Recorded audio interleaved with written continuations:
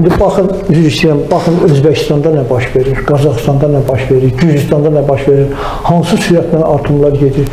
Nədən biz Gürcüstanın əhalisi 3,5, 3,6 Heç nədir yox. Bizim tranzitimizdən pul gözləyir. Bizim tranzitlə orada belə deyək də öz problemlərini çözürlər. Turizm və tranzit pul paramızdan başqa heç bir pul yoxdur Gürcüstanda. Heç nə yox. 5,5 milyon hələ pandemiyadan sonra bilirsiniz, əvvəl 9 milyon olub pandemiyadan qabağında. 9 milyonu artıq 10 milyona yaxınlaşırlar turistlərin sayı ilə.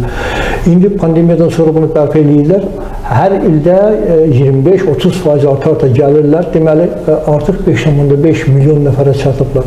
Biz 10 milyon əhalimiz və bütün göstəricilərimiz Gürcüstan və Ermənistanın cəmindən böyük, həm əhalimiz, həm demək, ərazimiz, həm maddi imkanlarımız, valyuta rezervlərimiz, ümumi məhsulumuz və digər və s.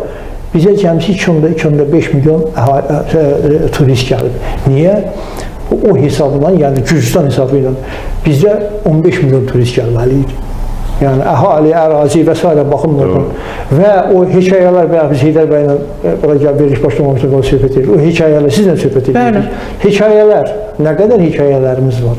Nə qədər bizim yerlərimiz var ki, o turistləri cəlb edəcək yerlərimiz var? Niyə biz bunu təşkil edə bilmirik?